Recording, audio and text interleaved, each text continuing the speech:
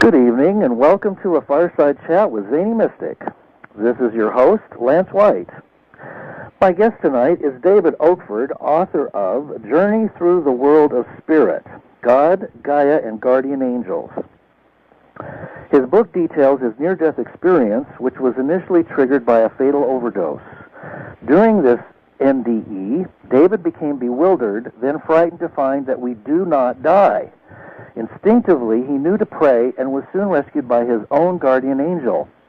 The author shares what he was shown concerning the life-after-death realms, heavens, light beings, dark souls, the life force, energy dynamics of our planet and its inhabitants, and the lessons learned from a panel of evaluators. So let's find out more about what happens in the beyond by bringing him into the now. Welcome, David. How are you tonight? I'm fine, Lance. How are you? Oh, I don't know. I'm a little nervous tonight for some reason. I'm not usually, but I think it's the winter solstice energies. You know, I think they're starting to, heat up a little bit. Mm-hmm.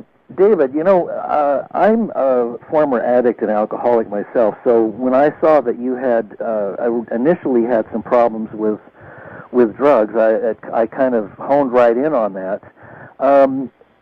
How did your near-death experience come about, and how did that relate to your drug experiences? Well, what happened was I was at a party. It was going to be the last party that I had with my friends. I was planning on leaving town to get away from the friends that I had and all the influences that were leading me into abusing drugs and alcohol. And what happened was I overdosed on PCP. I snorted it instead of smoked it, or how it was supposed to be. And I first found myself, I passed out in front of the house, out on the front lawn. Mm-hmm. And then a little while later, I woke up in a chair in the house. Mm-hmm. And I felt my body all slowing down, everything stopping and everything. And I got scared, and I thought to pray to God to help me. Mm-hmm. And a spirit being came to me, which I believe to be my guardian angel. Mm-hmm. I call him Bob in my book. Mm-hmm.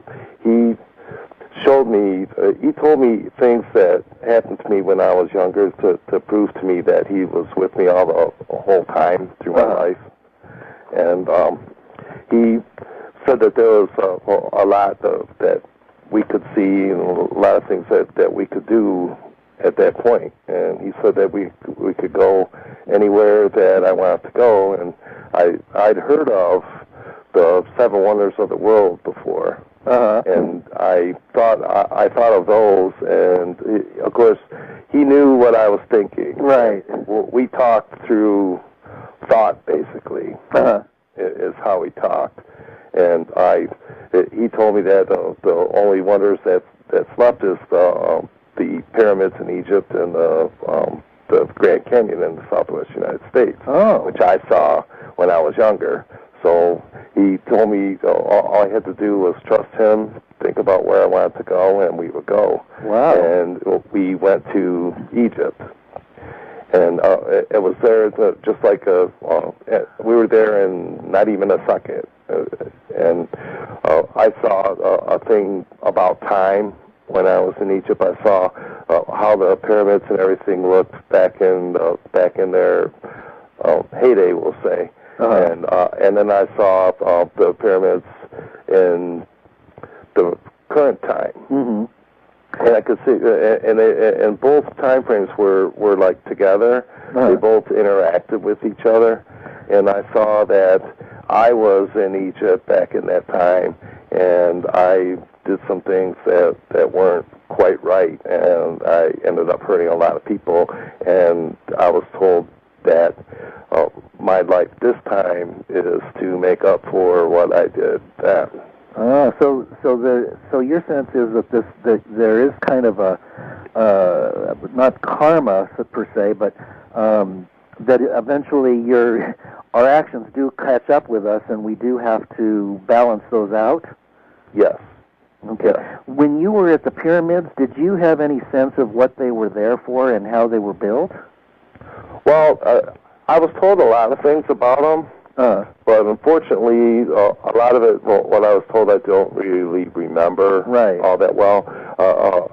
There were some things that I was told about how they were built and why they were built, and I was told that they are important to the future.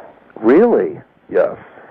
Well, of course, a lot of people do believe that, that they haven't actually fulfilled their purpose yet. Huh. I wonder how far into the future they're going to come into play. I don't know. Yeah, well, I wish I knew. We'll all have to find out. So so that was took you to a previous life, which you had kind of been drawn to with the pyramids. What happened after that? Well, after that, he said that there was more for us to see, and he wanted to show me around the planet. Wow.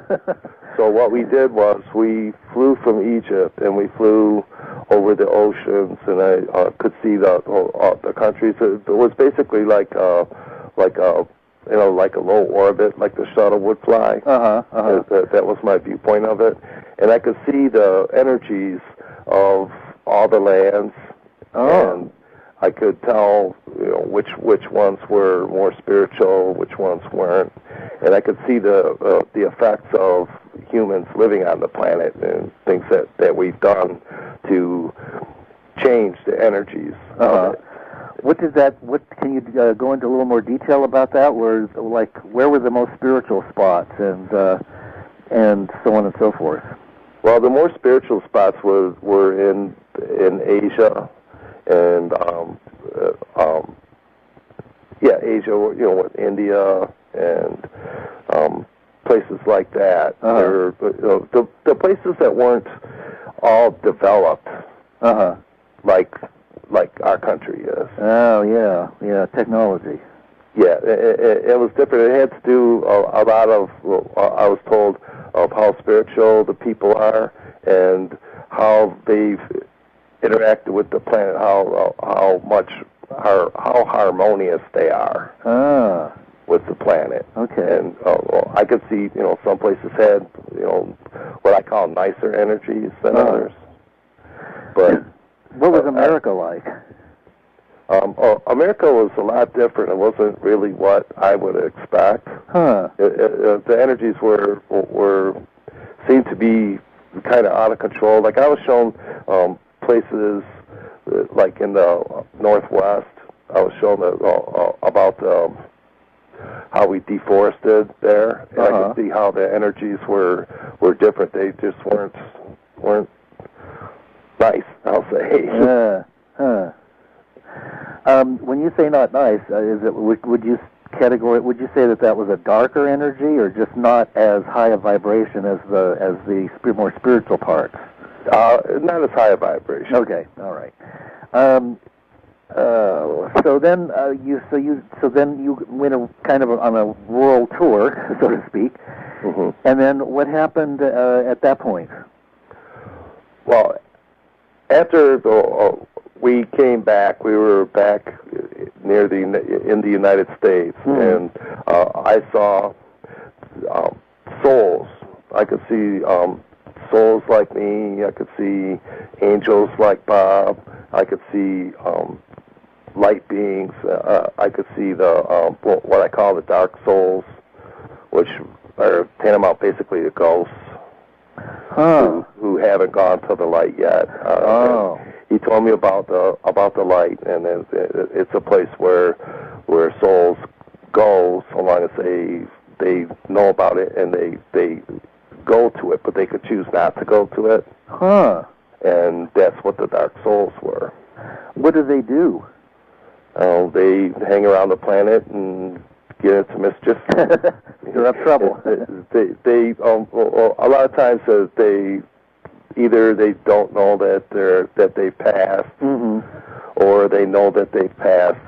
They don't want to go to the light for some reason. Interesting. So of course, you see that in the movies a lot too. That they always tell you go towards the light.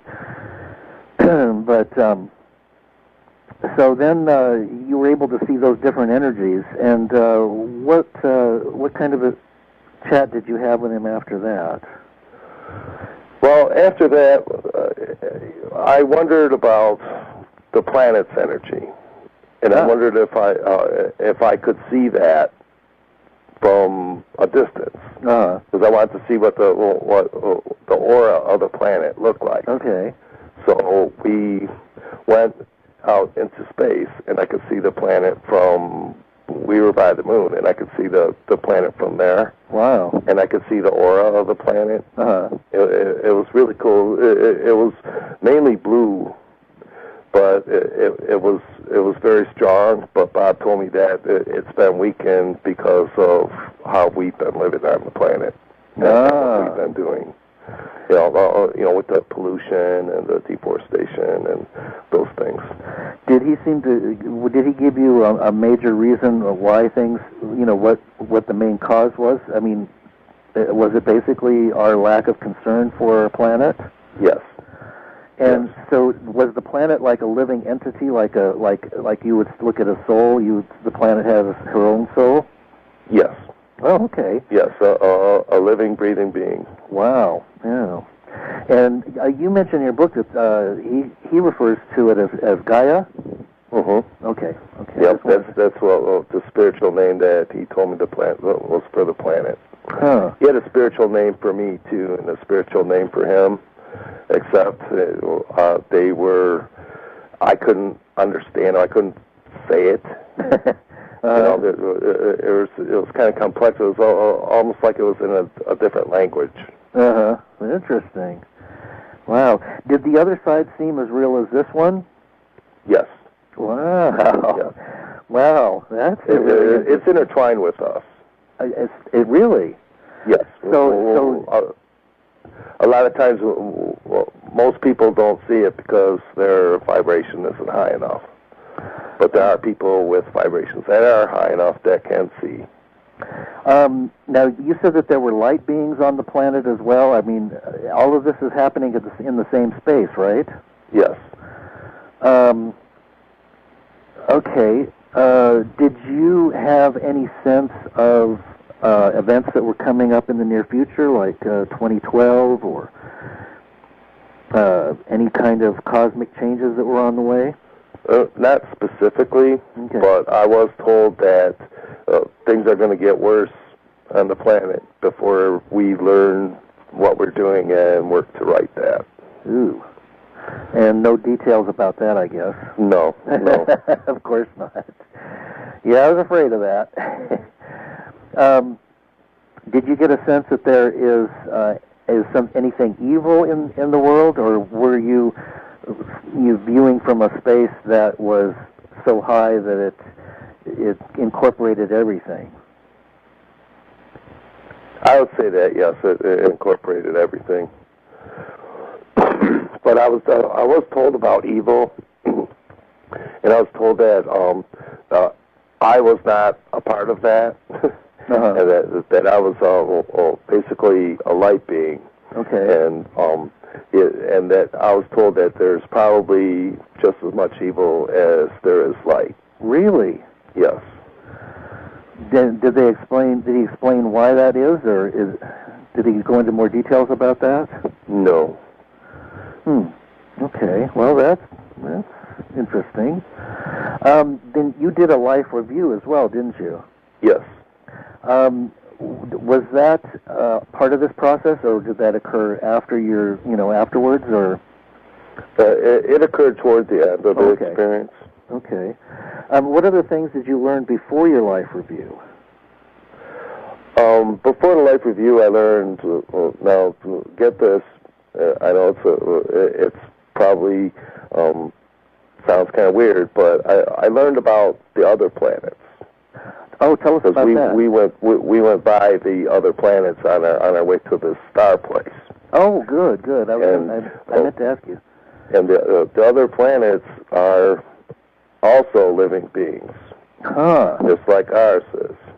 Really? And there are souls on those planets. Wow. And each of the planets has a theme, an overall theme. And what they're for is for souls to go there and focus on that theme and learn that theme. And after the soul's been on all of them and has a good idea of the themes and a little bit of experience in it, then that's when the soul comes here to live. You mean to Earth? Yes. So Earth is kind of a graduation place? Yes, yes. Wow. Do you remember what the themes were on those other planets? Not really. But some of them I know. I know they had to do with emotions. Yeah. That would make sense. And then did you find out what happens after you graduate from Earth? After you graduate from Earth, I understand that reincarnating here, it would be an optional type thing, and you could come back to help other souls. And what was I going to say? You could also be a light being. You could also become a light being like Bob was. For me. Wow, that's pretty cool. It sounds like fun. And there's other places. There's other places too in the universe. Yeah. Did you get to go beyond our universe at all, or did you stay in the solar system? I have to say almost. Almost. We went to the star place, and I call it a star place. It was like a spiral. Huh. It was like a spiral. It had a calm center to it. And I wanted to go there because I thought that there was something on the other side that I wanted to go see. And Bob said, well, that I wasn't quite ready to go there yet. Really? He said he wanted to make sure that I was fully ready and be able to handle what I saw when I went there. Really? Yeah. And he didn't give you any clue about what was what was there? No. Oh my goodness! I want to find out about that. Yeah, me too. No, Boy, if anything, I have a goal of going back there. Well, we better be good boys and girls at Christmas, and so if we want to go find out about this place, huh? Yes. So everything apparently is recorded or known about our lives as they happen in our own timeline. Is that what am I gathering that correctly? Yes. That in other words, every move, every thought, every emotion is all somehow recorded impermanently. Yes. Okay. Yes. And you mentioned reincarnation too. So I know a lot of people have questions about reincarnation and thoughts about whether or not it happens or not. But the way that you explain it, it's kind of like a more or less a choice at a certain point. Once you've learned your lessons? Yes. Yes. And you prepare for the life here when you're in the afterlife, the way I understand it. You prepare the goals, the overall goals that you want to meet. You don't really prepare the events to meet the goals. Right. But you plan the goals that you want to meet, and then you set up the circumstances like who I was going to be born to, what my parents. I remember seeing that I picked them. Yeah, I believe that too. I'm pretty sure about that one. And if we are involved with free choice, it seems like it would almost have to work that way, wouldn't it? Unless I don't think God or the Creator micromanages all of this, does he? No. No. Speaking of there's some things about him too, about the Creator. Yeah, tell us about that. What about God? I was told that God is everywhere and everything. He's the essence. He's the life force for everything. Wow. And I was told also that to understand God, you need to understand everything, and the chances of being able to do that are kind of slim. Wow. There's so much about it. The Creator that he's very, very complex. And I would think real hard to know. Really. So it's not like the smiling man with a beard. No. There's no throne, nothing like that. No. He doesn't mete out punishment. It's not what he does. I wanted to ask you about that. If you had a sense that there was any sense of any feeling of judgment from Bob. No, not at all. So I kind of like this idea that you're talking about, that we map out our goals, not necessarily the events. We don't map those out, but we map out in a kind of a pre-incarnational agreement about what we'd like to have occur, and we set that up in advance? Yes, and we use the energies of the other planets and the stars. We do? Astrology is a factor. Really? In that, because when you're planning, when you're in the afterlife, you have the benefit of seeing everything in a pure way, and you can pick like say, if I had a goal in my life that I wanted to pick, I would use the energies of the stars, like. It's really hard to explain, but astrology is a part of it. Astrology is a big part of it. It makes it so that you get the emotions from the different planets, and use those to set yourself up. So that you have the tools to meet your goals. Oh, okay. Okay. What are some of the other tools that you get before we come here? So the astrology is important, and we get guidance from the stars and their alignment when we're born. The moment we're born, we must choose that. Then, right? Yes. Okay. Yes. And then, how detail specific do our lives get? I mean, do we plan out? Do we micromanage and plan out every little relationship and cul-de-sac, or no? Okay, so that's all pretty much our choice when we're here. Yes. And how do we get steered in the right direction to meet our goals? Is that the job of the guardian angel? Not really. No. Really? No, we steer that. We control that. And so then that would have to be done at our soul level, is that, or an oversoul of some sort? Yes.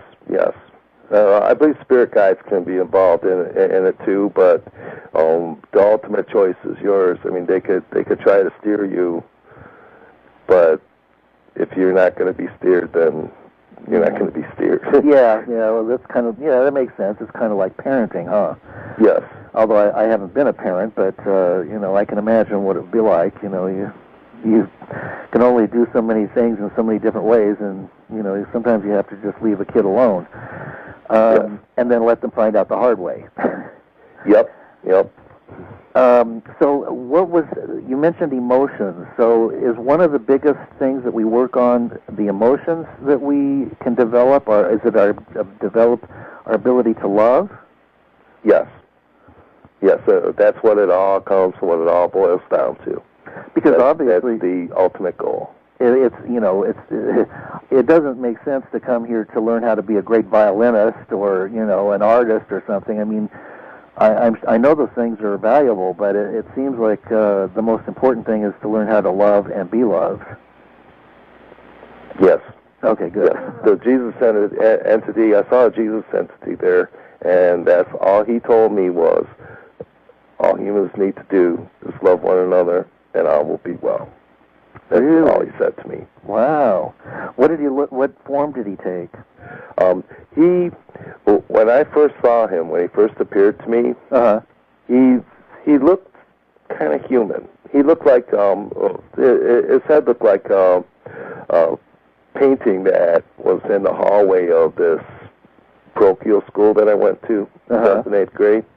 He looked like that, and then he changed. He changed into his light, and he was just a mass of white light. Wow. So we do have guidance from Jesus when we need it. Was that your sense of it as well? Yeah, he's an example. Okay. He's of a master vibration. Okay. Because obviously, if God is as complex as He is, and it might be a stretch to be confronted with that energy, then I guess the Christ energy would be some kind of intermediary, wouldn't it?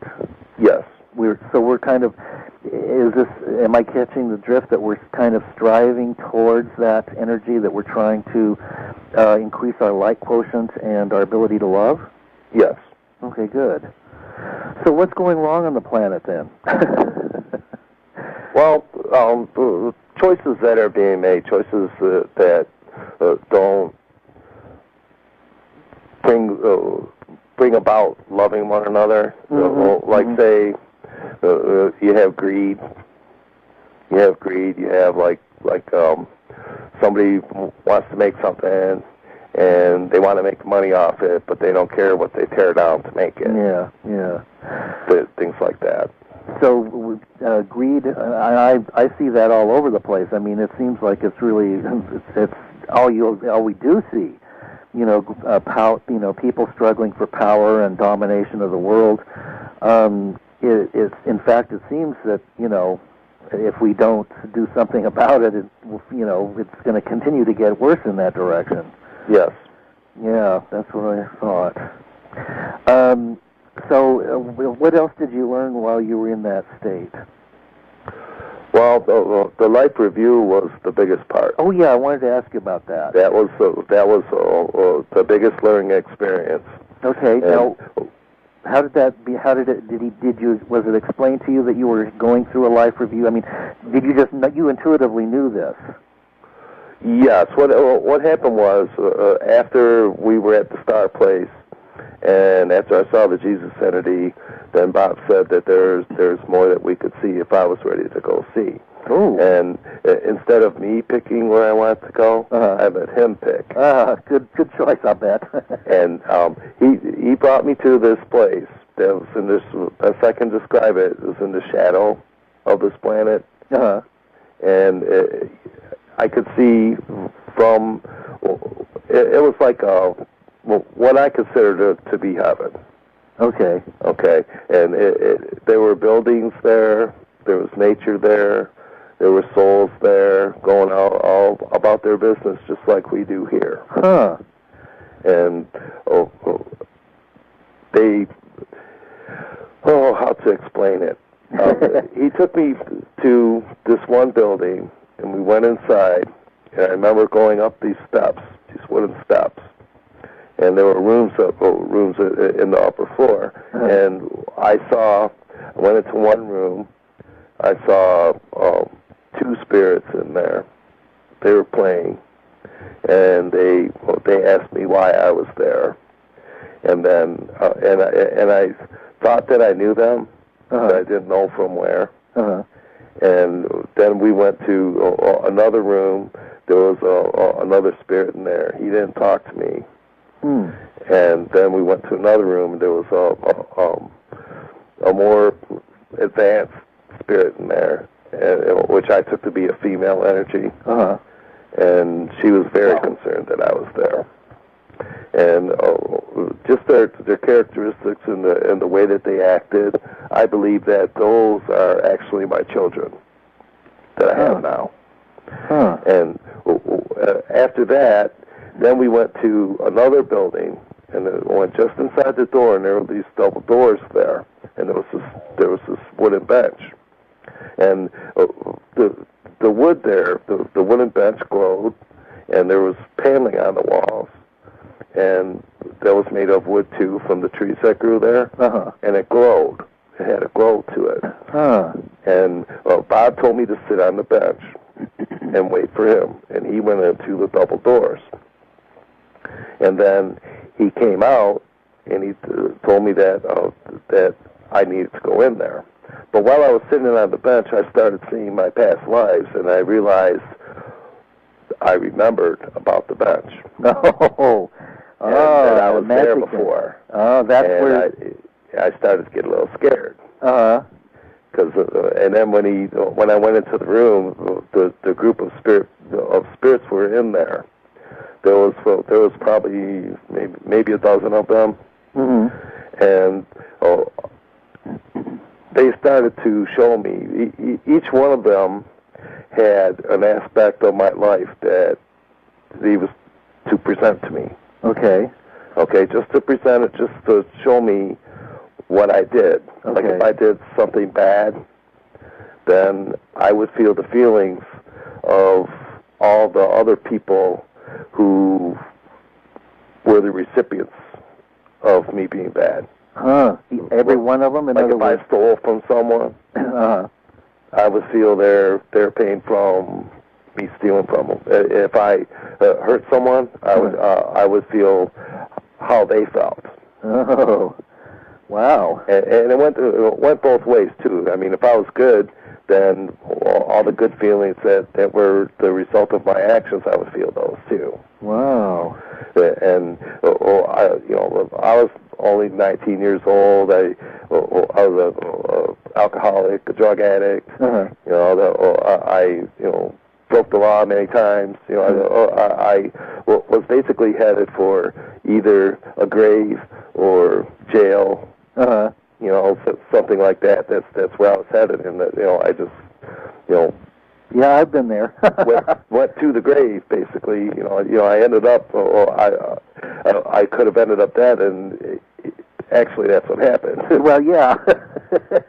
Except you're here to talk about it and share your experiences to help us, those of us who are here to remember why we came here and to, hopefully make some course corrections while we can make the course corrections. Yes, and that, a lot of it was when they gave me that review. All they did was show me. That's all they did. They didn't judge me or anything like that. I was the one who did the judging, and I did it from the point of view that I could see everything. I could see all the aspects of it. Wow! And I didn't have my ego in the way. Uh-huh. So I could see everything and see what I could have done better. Wow. So it was almost like being an impartial observer. Yes. Wow, that's awesome. And did they do this sequentially? I mean, one at a time, or? Yes. They did. But did it seem like it was, you had all the time in the world to do it? Or did it seem like it was happening fast, or? I had enough time to look at everything over, yes. And did it? But it did happen fast. Okay, good. And at what point did your life actually start? The moment you came in through your mother? Yes. And of course, you chose your mother. So from the spirit realm, you incarnated into the parents that you had. Yeah, I went on a ray of light to her. Oh. And went inside. Then I was born. Was there any color to that ray? I'm just curious. I don't remember. Okay, so you went on the ray of light, and then the birth, and then did your review start with birth? Yes.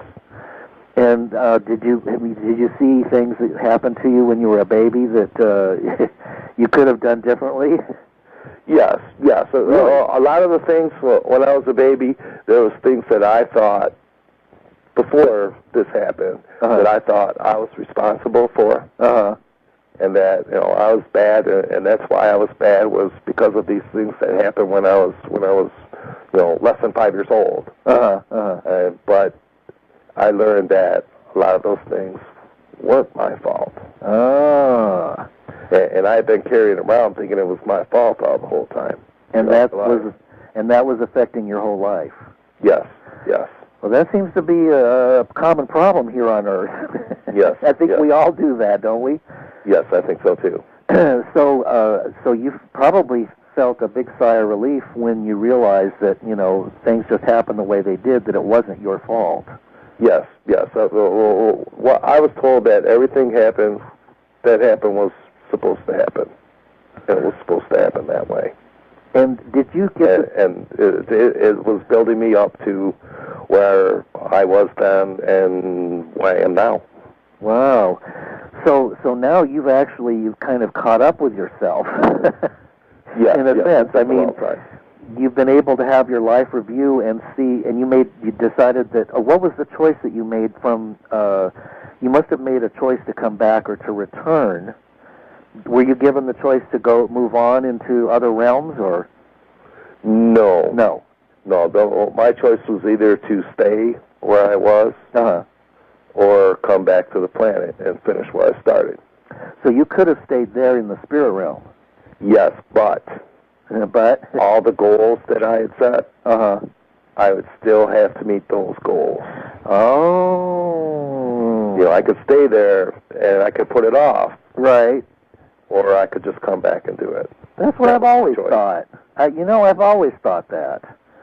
You know, it just makes sense. It just makes sense, that, you can put it off for a while, but sooner or later, eventually, it's going to roll around and you're going to have to work on it. Mm-hmm. Yeah, to evolve and go to the next level. But you can stay at the same level for as long as you want if you enjoy stagnating, kind of. Yes. And another reason why I chose to come back was because I asked Bob. This was after the life review was done and I was out of the room. We went to this garden, and Bob showed me. I asked her. I said, "Well, if I go back, what's going to happen?" Oh, yeah. And so Bob told me about things that would happen in my life, like I would have problems with employment, I would have money problems, I would get married, my marriage wouldn't be very good until I learned how to handle my energies properly. I was told that I would have kids, and that I need to be there for them to meet their goals. And if I would have stayed, then I wouldn't be there for them to meet their goals, and I would be messing up their plans. Oh, so in other words, the main reason I came back. For your future children. Yes. Because if you didn't come back, then their plans get all screwed up. Right. And it's a domino effect. So everything we do affects something else. That's what it sounds like to me. That's true. Even blinking an eye. Well, that's really interesting. My goodness. What else did you? This is really fascinating. Can you talk some more about your experience with Bob and what you learned? Well, I learned with Bob. I learned that he records. Is what he does. Records. He records. Okay. He records everything that happens in my life. That's how he could show me. Oh yeah.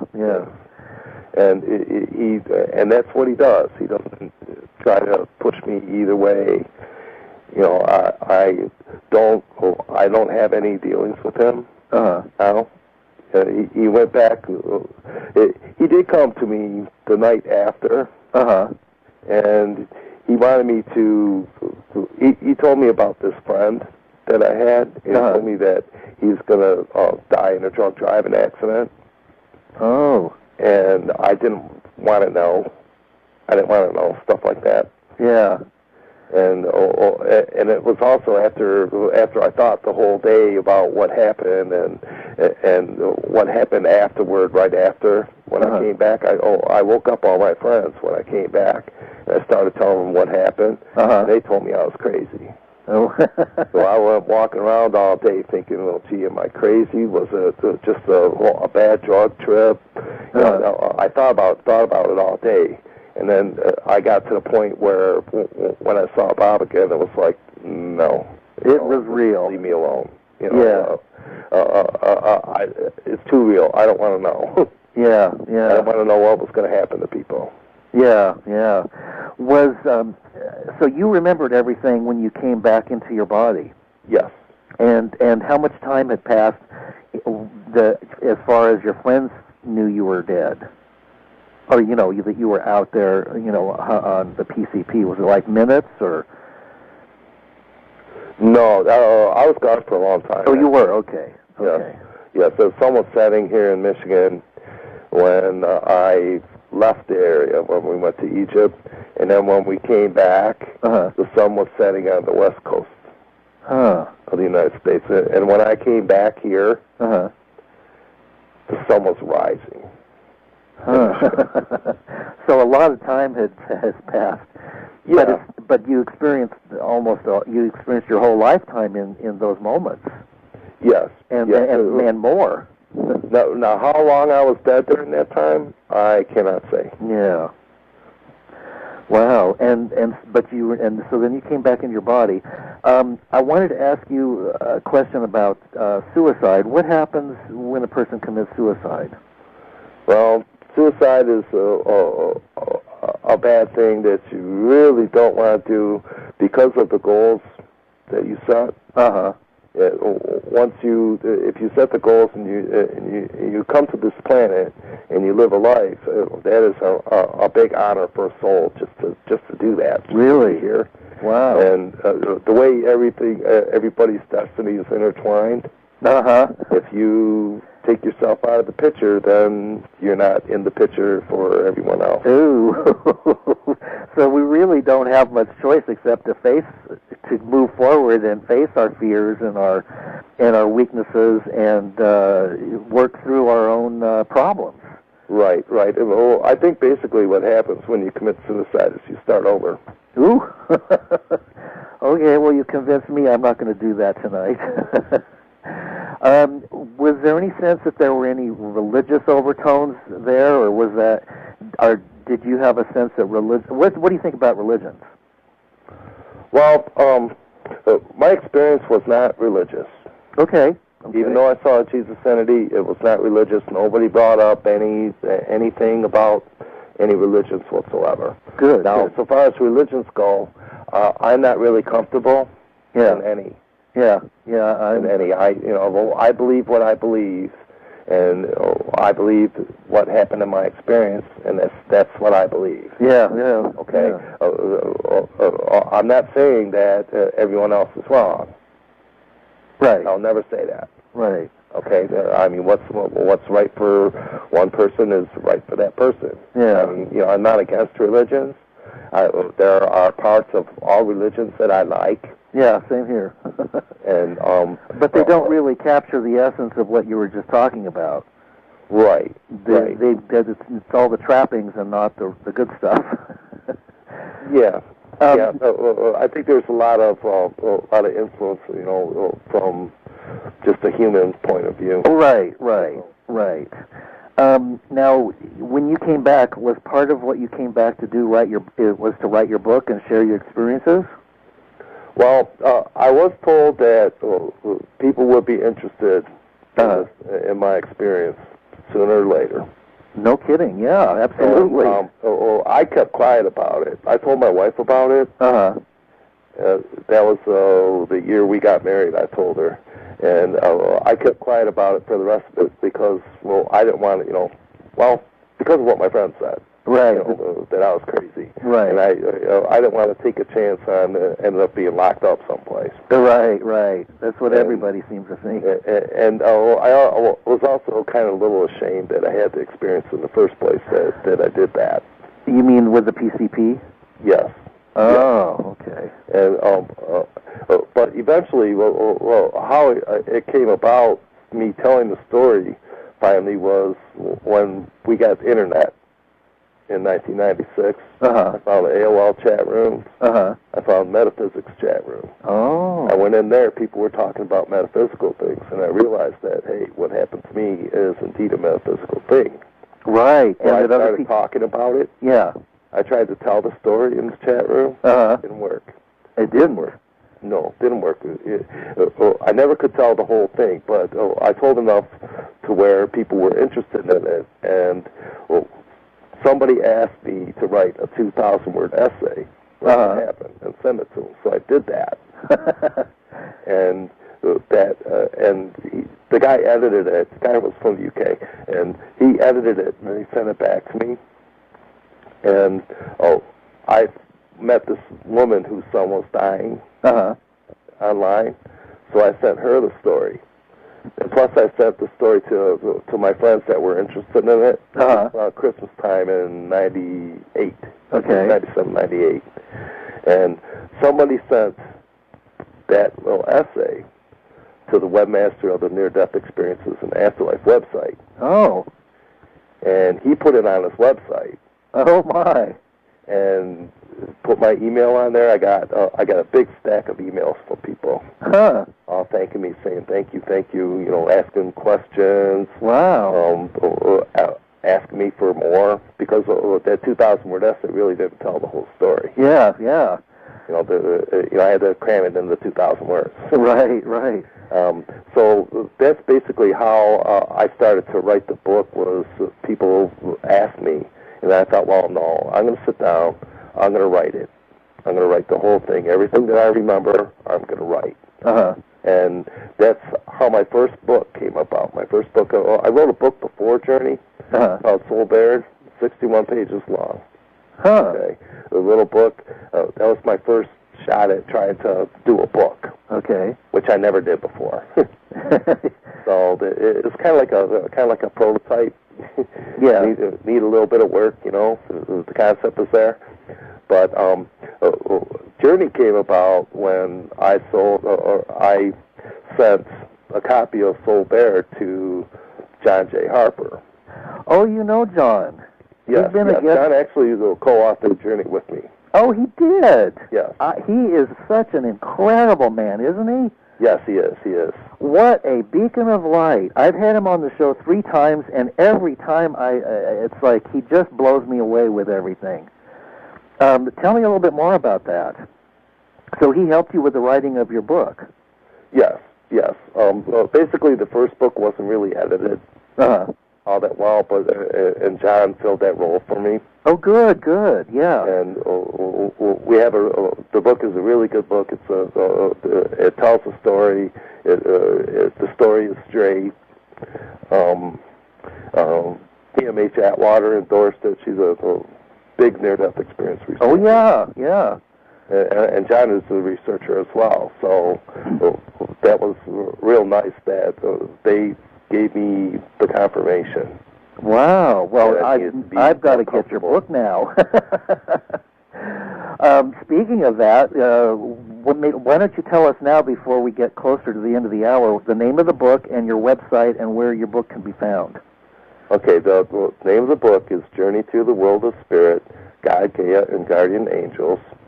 I have a website that's journeythroughtheworldofspirit.com that's dedicated to my book, to just for Journey.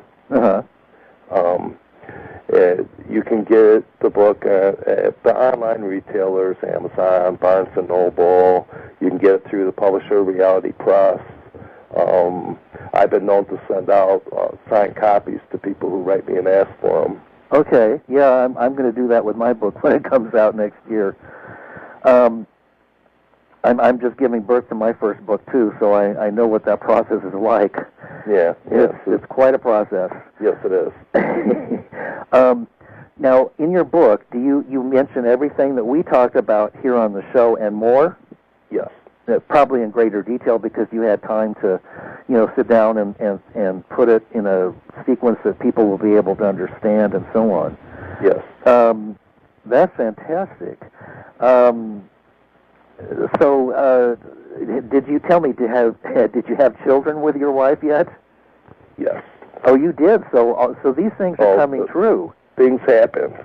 My buddy that was going to die, he died. He did die. He died from a drunk driving accident about 2 Really? months after. Wow. I do have 4 children. I'm actually currently unemployed, and the job thing has been a problem. Well, I've never really had a decent job. I did spend 5 years in the Navy. That was my closest thing to having a decent steady job. But that was 5 years. I had a great job, but I didn't like the Navy.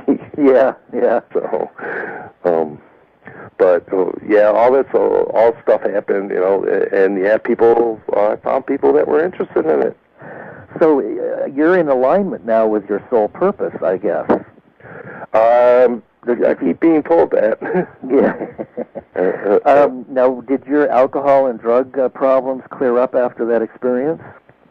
Well, the drugs, yes. Yeah.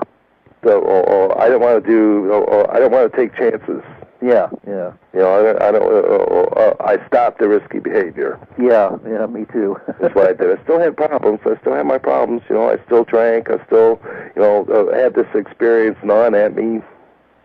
You know, the whole time. You know, thinking about it and everything. Yeah. But the alcohol, that's gone now.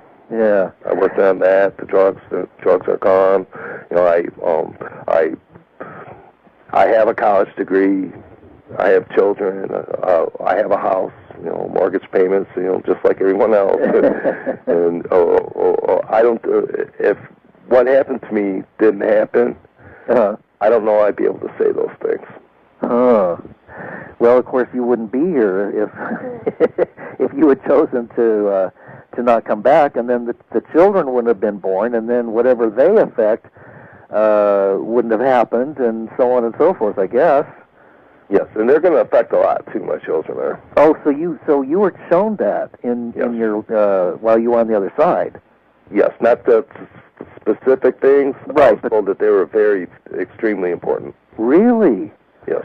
Wow, that's amazing. So we're going to see how their lives play out. Yeah. Did you get any good news from Bob about, towards the end of your life you'll be, comfortable and everything will be okay, or did he? In a sense, yes. But he did tell you about the hardships, with difficulties with jobs and all that. Yes. Now your kids will play out their lives. So if this is all kind of happening to everybody, then it seems as if everything is orchestrated into the future. Yeah, I'd say that. There's of course things can and do go wrong. There's with choice. There's always a positive choice or a negative choice.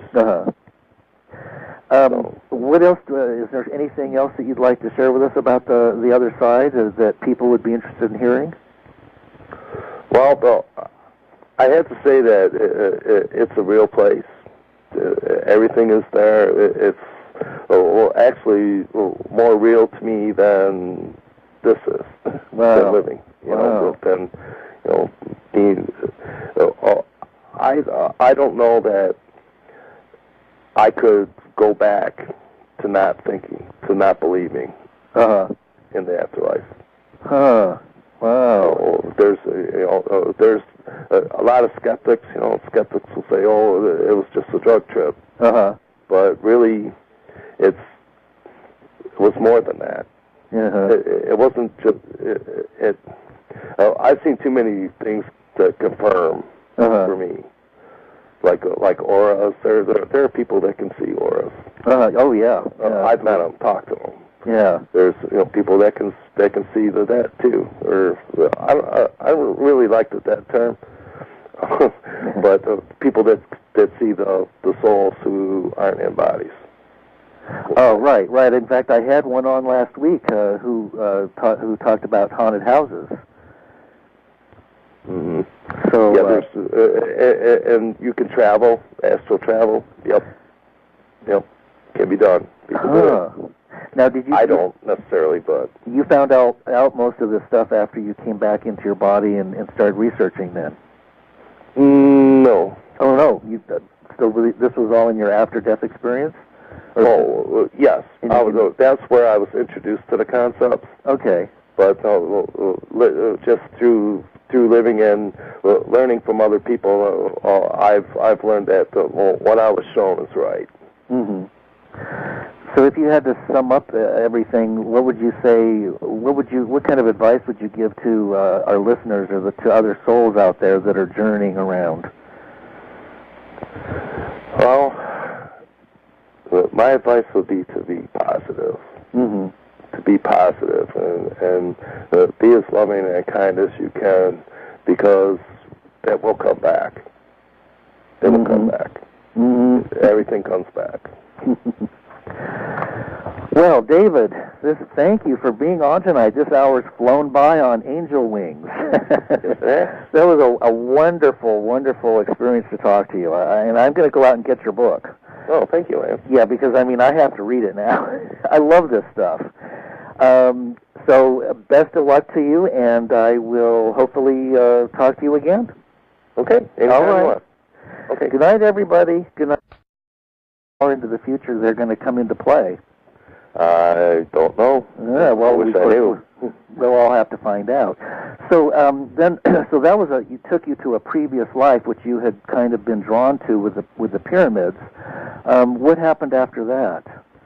Well, after that, he said that there was more for us to see, and he wanted to show me around the planet. Wow. So what we did was we flew from Egypt, and we flew over the oceans, and I could see the countries. It was basically like a low orbit, like the shuttle would fly. That was my viewpoint of it, and I could see the energies of all the lands, and I could tell which ones were more spiritual, which ones weren't, and I could see the effects of humans living on the planet and things that we've done to change the energies of it. What can you go into a little more detail about that? Where were the most spiritual spots, and so on and so forth? Well, the more spiritual spots were in Asia, and Asia, with India and places like that. The places that weren't all developed, like our country is. Oh yeah, technology. Yeah, it was different. It had to do a lot of, I was told, of how spiritual the people are and how they've interacted with the planet, how harmonious they are with the planet. Okay. And I could see, some places had, what I call nicer energies than others. But what was America like? America was a lot different. It wasn't really what I would expect. The energies seemed to be kind of out of control. Like I was shown places like in the Northwest. I was shown about how we deforested there, and I could see how the energies were different. They just weren't nice, I'll say. When you say not nice, would you say that was a darker energy, or just not as high a vibration as the more spiritual parts? Not as high a vibration. Okay, all right. So then you went kind of on a world tour, so to speak. And then what happened at that point? Well, after we came back, we were back in the United States, and I saw souls. I could see souls like me. I could see angels like Bob. I could see light beings. I could see the what I call the dark souls, which are tantamount basically to ghosts who haven't gone to the light yet.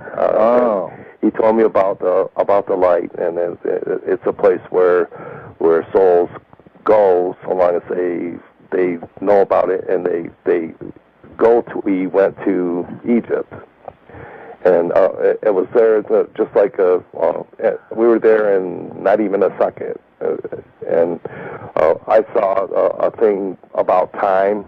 When I was in Egypt, I saw how the pyramids and everything looked back in their heyday, we'll say, and then I saw the pyramids in the current time, and I could see, and both time frames were like together. They both interacted with each other, and I saw that I was in Egypt back in that time, and I did some things that weren't quite right, and I ended up hurting a lot of people, and I was told that my life this time is to make up for what I did then.